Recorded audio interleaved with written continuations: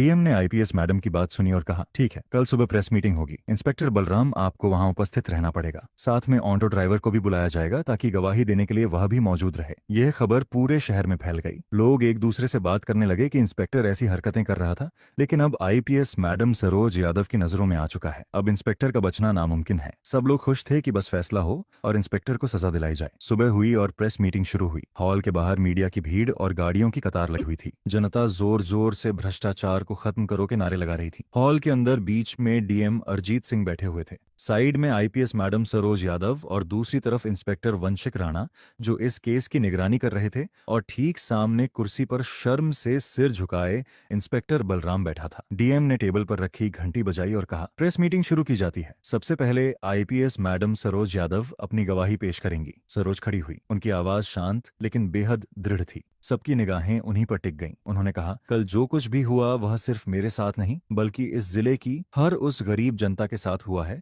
जिन्हें इंसाफ की जगह डर और लूट मिली है। मैं बताना चाहती हूँ कि कैसे एक इंस्पेक्टर जिसने वर्दी पहनकर कानून की रक्षा करनी थी, वही वर्दी का गलत इस्तेमाल कर रहा था। सुबह मैं अपनी छोटी बहन की शादी के लिए छुट्टी लेकर घर लौट रही थी। मैंने साधारण कपड़े पहने थे। मैं एक ऑटो में बैठी। ड्राइवर ने मुझे रास्ते में चेतावनी दी कि इस इलाके में इंस्पेक्टर बलराम खड़ा रहता है और बिना वजह गरीब ऑटो वालों से पैसे वसूलता है। पहले तो मैंने सोचा कि यह ड्राइवर डर के कारण बोल रहा है, लेकिन जब आगे बढ़े तो मैंने अपनी आंखों से सब देखा। इंस्पेक्टर बलराम ने ऑटो को रोका। बिना किसी कारण उसने चालान भरने की धमकी दी और 5,000 रुपए मांगे। ड्राइवर गिड़गिड़ाता रहा, लेकिन इंस्पेक्टर ने उसकी एक न सुनी। बाद में मुझे भी बुलाया गया, मुझसे भी पैसे मांगे गए और जब मैंने देने से मना किया तो मुझे ही जेल में डाल दिया गया। सोचिए, यह वही पुलिस है जिस पर जनता अपना विश्वास करती है। मैं खामोश रही ताकि देख सकूं कि यह इंस्पेक्टर कितनी हद तक गिर सकता है, और उसने साबित कर दिया कि उसके लिए वर्दी सिर्फ एक हथियार है लूटने का, न कि लोगों की रक्षा करने का। आज मैं यहाँ सिर्फ अपने लिए नहीं खड़ी हूँ, बल्कि उन सभी गरीब मजदूरों, रिक्शा चालकों और आम लोगों के लिए खड़ी हूँ जिनकी मेहनत की कमाई इस इंस्पेक्टर ने लूटी। मैं चाहती हूँ कि कानून सबके लिए बराबर हो, और अगर कोई इंसान चाहे वह वर्दी में क्यों ना हो गलत करेगा तो उसे सजा मिलनी ही चाहिए।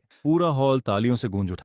हॉल में बैठे लोग भावुक हो गए। कई पत्रकारों ने तुरंत यह बयान रिकॉर्ड किया। अब डीएम अरिजीत चारों तरफ देखा और बोले, आज की गवाही ने यह साफ कर दिया है कि इंस्पेक्टर बलराम ने अपनी सीमा लांघी है। उसने गरीबों का शोषण किया, जनता को लूटा और कानून का गलत इस्तेमाल किया। यह किसी भी हालत में बर्दाश्त नहीं किया जा सकता। उन्होंने कागज पर लिखे आदेश को उठाया और मीडिया के सामने जोर से पढ़ा। इंस्पेक्टर बलराम को तत्काल प्रभाव से निलंबित किया जाता है। साथ ही उनके खिलाफ आपराधिक मामला दर्ज किया जाएगा। उन्हें आज ही हिरासत में लेकर जेल भेजा जाएगा। आगे की जांच में जो भी तथ्य सामने आएंगे उसके अनुसार और भी सख्त कार्यवाही होगी। बलराम का चेहरा पीला पड़ गया। उसके हाथ कांप रहे थे। उसने बचने की कोशिश की, लेकिन पुलिस कर्मियों ने तुरंत उसे घेर लिया। हथकड़ी लगाई गई और मीडिया के कैमरों के सामने उसे बाहर ले जाया गया। भीड़ चिल्ला रही थी, भ्रष्टाचार का अंत हो। दोस्तों, अगर आपको यह वीडियो पसंद आया